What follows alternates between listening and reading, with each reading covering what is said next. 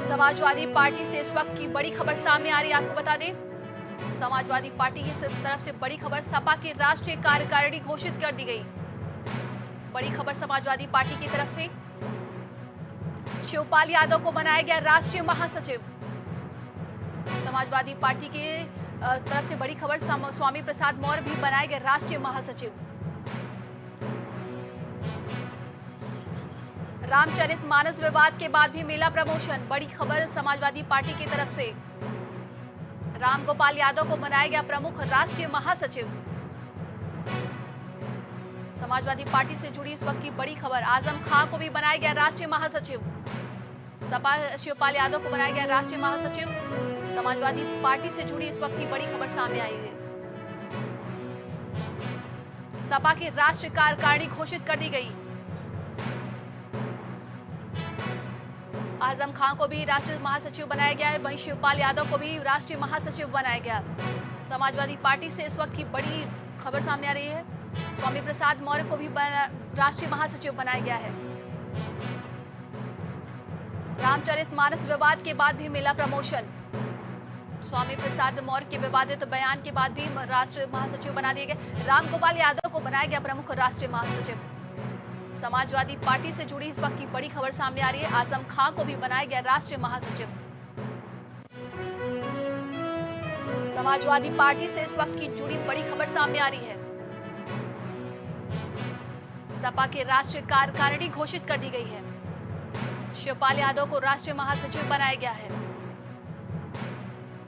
बड़ी खबर समाजवादी पार्टी की तरफ से, आपको बता दें, सपा की स्वामी प्रसाद मौर्य भी बनाए गए राष्ट्रीय महासचिव।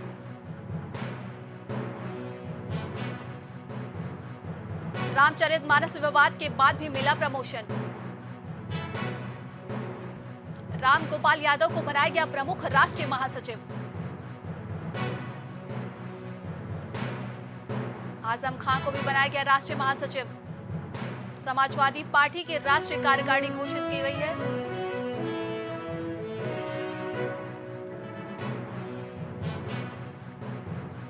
सपा की राष्ट्रीय कार्यकारिणी घोषित कर दी गई है। बड़ी खबर समाजवादी पार्टी की तरफ से। और इस खबर पर अधिक जानकारी के लिए हमारे साथ संवाददाता विभांशु जुड़ेंगे। विभांशु, देखा जाए तो समाजवादी पार्टी की तरफ से इस वक्त की बड़ी खबर सामने आ रही है, राष्ट्रीय कार्यकारिणी घोषित कर दी गई है। जी बिल्कुल, कि समाजवादी पार्टी के राष्ट्रीय अध्यक्ष अखिलेश यादव की तरफ से उनकी कार्यकारिणी की जो बैठक थी, उसके बाद माना यह जा रहा था कि बसंत पंचमी के बाद कहीं ना कहीं वो जो तमाम पद हैं उनकी पार्टी के अंदर में, उसके नामों का ऐलान करेंगे। आपको बताएं कि आज समाजवादी पार्टी के कार्यकारिणी की जो टीम है उसका गठन हो गया। 42 लोगों को इस टीम में रखा गया है। बात करें तो समाजवादी पार्टी के राष्ट्रीय अध्यक्ष अखिलेश यादव के पास अध्यक्ष पद की जिम्मेदारी है, वहीं किरणमय नंदा के पास उपाध्यक्ष की जिम्मेदारी गई है।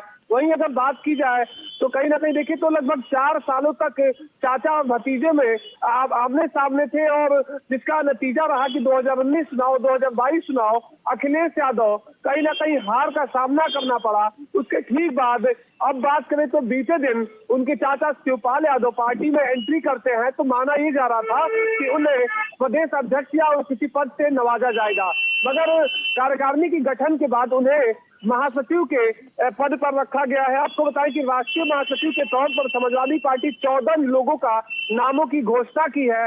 बात करें तो समाजवादी पार्टी के पुराने नेता आजम खान को राष्ट्रीय महासचिव बनाया गया है, साथ ही साथ शिवपाल सिंह यादव को राष्ट्रीय महासचिव बनाया गया है। वहीं अगर बात की जाए तो हाल फिलहाल में अपने विवादित बयानों को लेकर सुर्खियां बिटोरने वाले स्वामी प्रसाद मौर्य को भी प्रमोशन दिया गया है, और इससे ये साफ है नंदनी कि अखिलेश यादव स्वामी प्रसाद मौर्य का जो कद है उसको पार्टी के अंदर में राष्ट्रीय महासचिव बनाकर इसको बढ़ाया है। बात करें तो वो जब पार्टी के अंदर में आए थे तो उनके साथ 5 विधायक आए थे भारतीय जनता पार्टी से। वहीं उनको फाजिल नगर से विधानसभा की सीट से उतारा गया, उसमें उन्हें लगभग 70,000 वोट मिले और समाजवादी पार्टी की वहां कड़ी हार मिली और वहां से सुरेंद्र कुशवाहा को जीत मिली।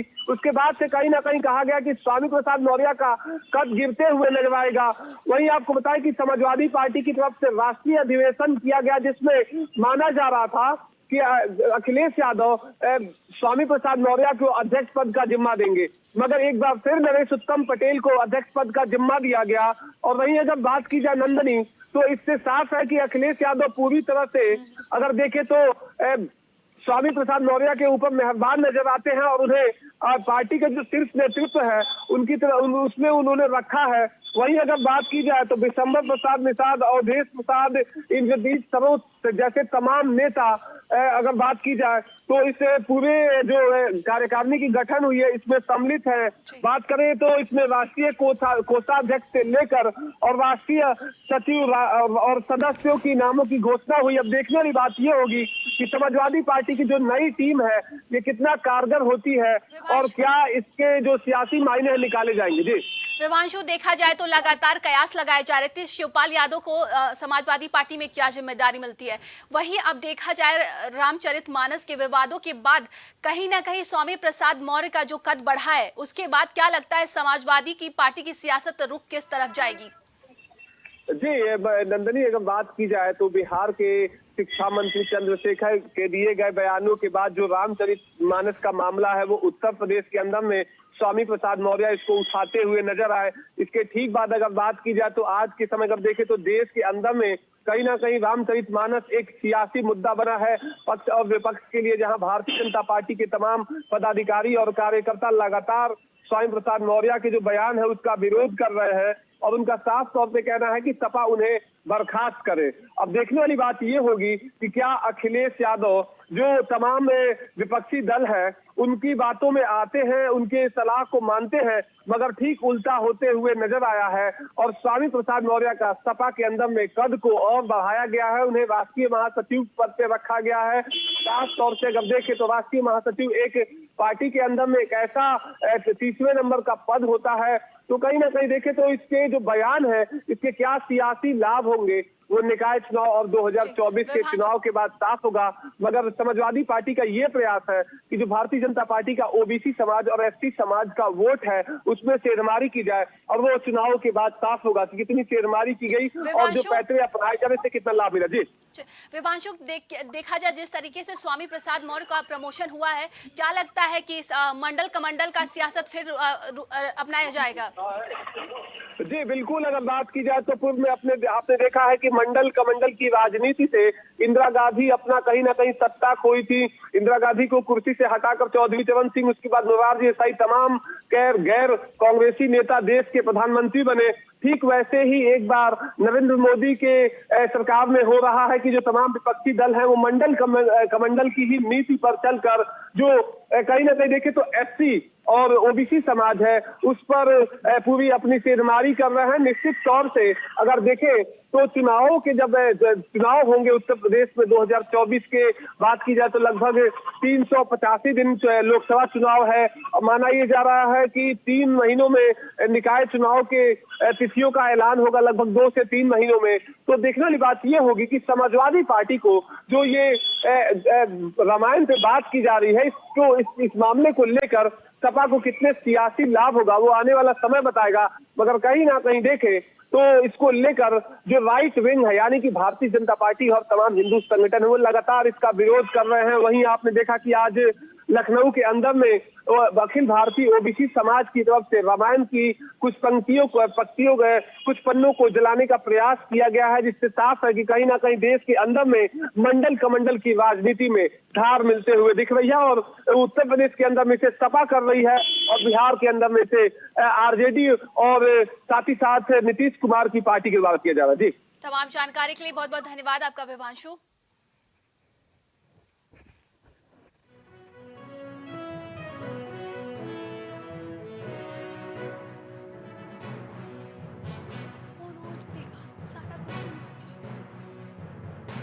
समाजवादी पार्टी की तरफ से बड़ी खबर सामने आ रही है। आपको बता दें, शिवपाल यादव को बनाया गया राष्ट्रीय महासचिव। स्वामी प्रसाद मौर्य भी बनाए गए राष्ट्रीय महासचिव। समाजवादी पार्टी के राष्ट्रीय कार्यकारिणी में रामचरितमानस विवाद के बाद भी मिला प्रमोशन। राम गोपाल यादव को बनाया गया प्रमुख राष्ट्रीय महासचिव। आजम खां को भी बनाया गया राष्ट्रीय महासचिव। समाजवादी पार्टी से जुड़ी इस वक्त की बड़ी खबर सामने आ रही है। सपा की राष्ट्रीय कार्यकारिणी घोषित कर दी गई है। शिवपाल यादव को बनाया गया राष्ट्रीय महासचिव। स्वामी प्रसाद मौर्य भी बनाए गए राष्ट्रीय महासचिव। समाजवादी पार्टी से जुड़ी इस वक्त की बड़ी खबर, रामचरितमानस विवाद के बाद भी स्वामी प्रसाद मौर्य को मिला प्रमोशन। रामगोपाल यादव को बनाया गया प्रमुख राष्ट्रीय महासचिव। आजम खां को भी बनाया गया राष्ट्रीय महासचिव। समाजवादी पार्टी से जुड़ी इस वक्त की बड़ी खबर सामने आ रही है। स्वामी प्रसाद मौर्य को राष्ट्र महासचिव बनाया गया। सपा की राष्ट्रीय कार्यकारिणी घोषित कर दी गई है। सपा की राष्ट्रीय कार्यकारिणी घोषित में शिवपाल यादव को बनाया गया राष्ट्रीय महासचिव। स्वामी प्रसाद मौर्य भी बनाए गए राष्ट्रीय महासचिव। रामचरितमानस विवाद के बाद भी मिला प्रमोशन। समाजवादी पार्टी की इस वक्त की बड़ी खबर, रामगोपाल यादव को बनाया गया प्रमुख राष्ट्रीय महासचिव। समाजवादी पार्टी की कार्यकारिणी घोषित की गई है। इस राष्ट्रीय कार्यकारिणी में आजम खां को भी बनाया गया राष्ट्रीय महासचिव।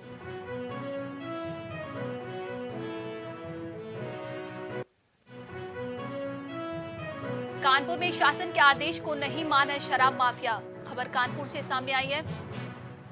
चुनाव के चलते शराब की दुकानों को बंद रखने का आदेश दिया गया है। खबर कानपुर से है। आदेश के बावजूद डेप्टी पड़ाव चौराहे पर बिक रहा है शराब।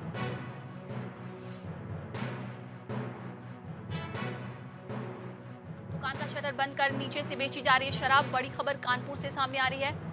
दुकान में अवैध रूप से चलाई जा रही कैंटीन। कानपुर में शासन के आदेश को नहीं माना शराब माफिया।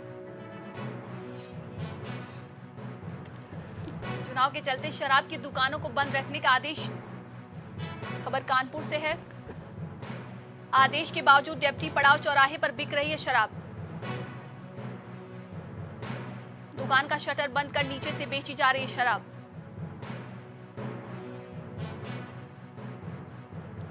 दुकान में अवैध रूप से चलाई जा रही कैंटीन। खबर कानपुर से सामने आई है। कानपुर में शासन के आदेश को नहीं माना शराब माफिया। बड़ी खबर कानपुर से है। चुनाव के चलते शराब की दुकानों को बंद रखने का आदेश दिया गया है। आदेश के बावजूद डेप्टी पड़ाव चौराहे पर बिक रही है शराब। और इस खबर पे अधिक जानकारी के लिए हमारे साथ संवाददाता अनिल जुड़ेंगे। अनिल, देखा जाए तो कानपुर में चुनाव के चलते शराब की दुकानें बंद करने का आदेश दिया गया है। जी, मैं बता दूं कि जिस हिसाब से सरकार का और प्लस चुनाव आयोग का आदेश था कि चुनाव के वक्त सारी शराब की दुकानें बंद रहेंगी, लेकिन ठीक उसकी अवहेलना करते हुए कानपुर के कुछ ठेके ऐसे हैं, जैसे डिप्टी पड़ाव चौराहे का जैसा ठेका आप दे सकते हैं, किस तरीके से शटर के नीचे से दारू बेची जा रही है। तो कहीं ना कहीं आबकारी विभाग से बड़ी लापरवाही है और कहीं ना कहीं आबकारी विभाग के अधिकारियों का डर इनके अंदर नहीं है, जिसमें आचार संहिता लागू होते हुए भी ये शराब बेच रहे हैं। जी, तमाम जानकारी के लिए बहुत बहुत धन्यवाद आपका अनिल।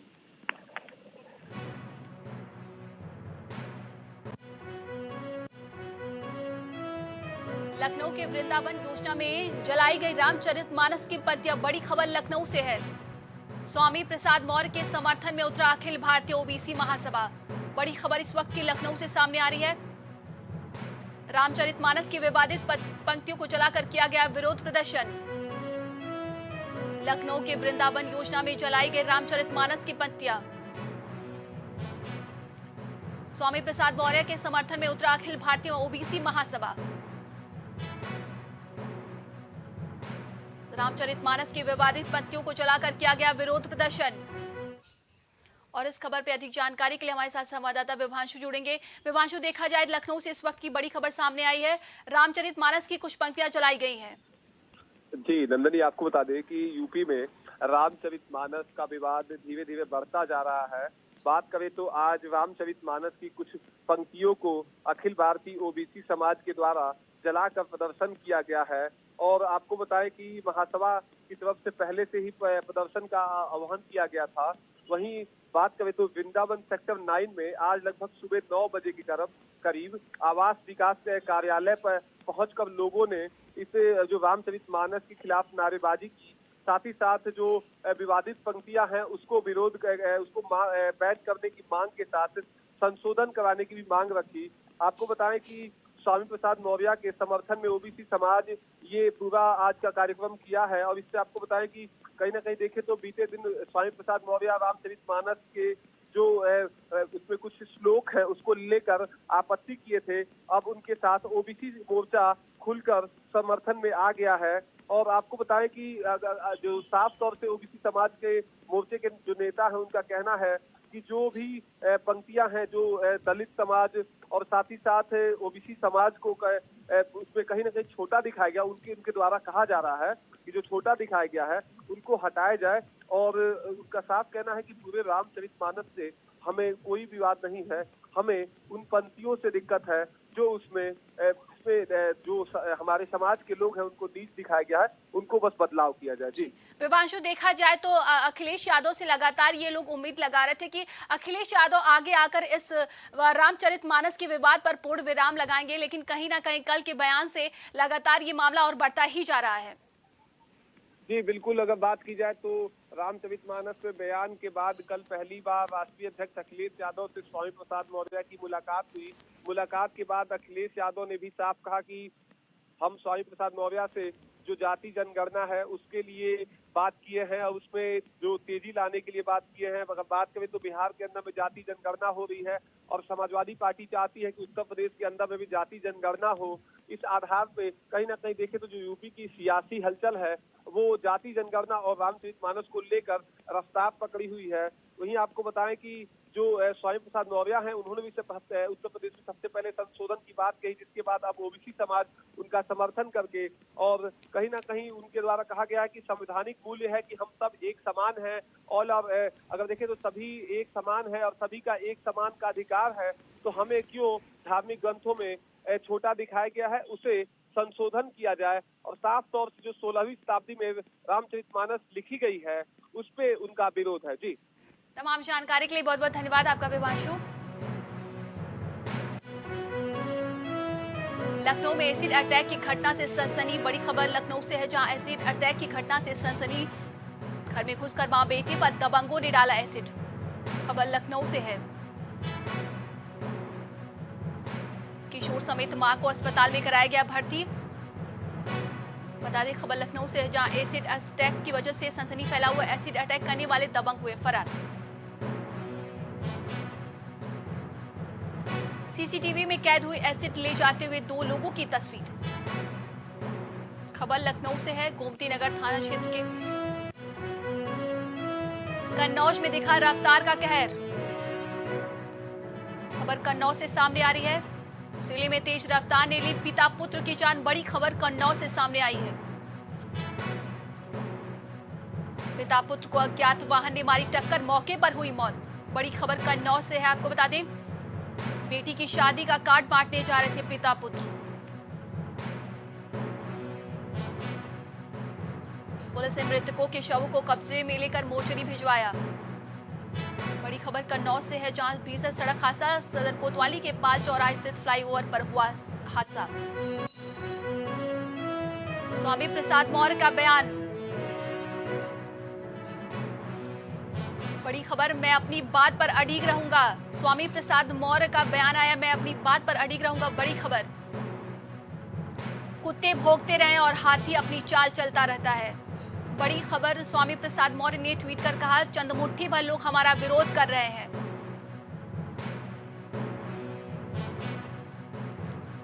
देश की 97% आबादी हमारे साथ है। स्वामी प्रसाद मौर्य का बड़ा बयान सामने आया। आपको बता दें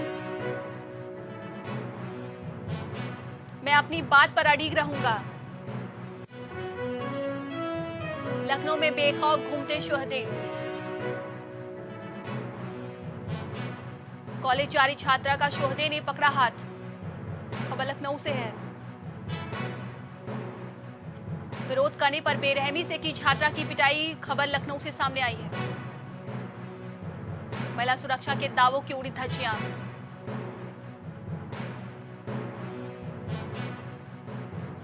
घटना सीसीटीवी फुटेज में हुई कैद। खबर लखनऊ से है। पुलिस ने 3 आरोपियों को लिया हिरासत में।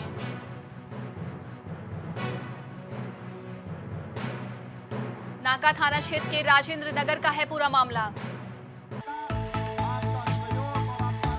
कुछ भाव पुष्प। आप देख रहे हैं प्राइम टीवी, सच साहस सरोकार।